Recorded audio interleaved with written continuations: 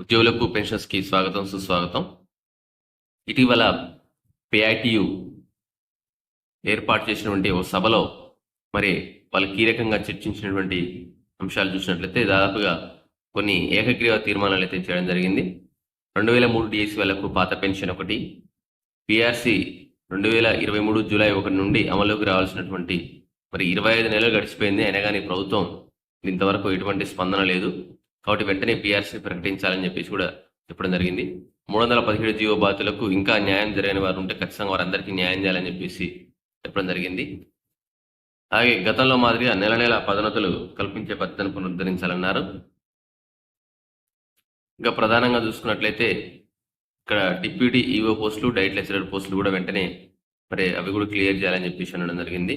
ప్రాథమిక పాఠశాలలకు 10,000 ఎల్ఎఫ్ఎల్ పోస్టులు, వాటిలో కూడా బీడీ చేసిన వారికి అవకాశం కల్పించాలని చెప్పేసి అన్నారు. నెక్స్ట్ ఇదొకటి, రాష్ట్రంలో మోడల్ స్కూల్లో పనిచేసే వారికి కూడా పదోన్నతులు చేపట్టాలన్నారు. వారికి 010 పద్దు ద్వారా వేతనాలు ఇవ్వాలన్నారు.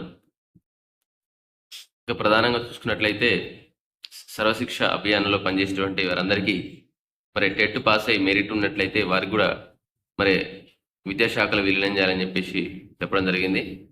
కేజీబీవీలో విధిగా హాస్టల్ వార్డెన్ పోస్ట్ని ఇవ్వాలన్నారు.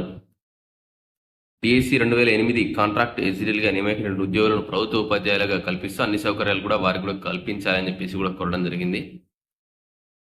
సో ఇది చైల్డ్ కేర్ లీవ్స్ కూడా 18 సంవత్సరాలలోపు ఉన్నటువంటి మహిళలకే కాకుండా సర్వీస్లో ఎప్పుడైనా ఒక మహిళ ఉద్యోగిగా వాడుకునే అవకాశం కల్పించాలని కూడా కొన్ని కోరడం జరిగింది.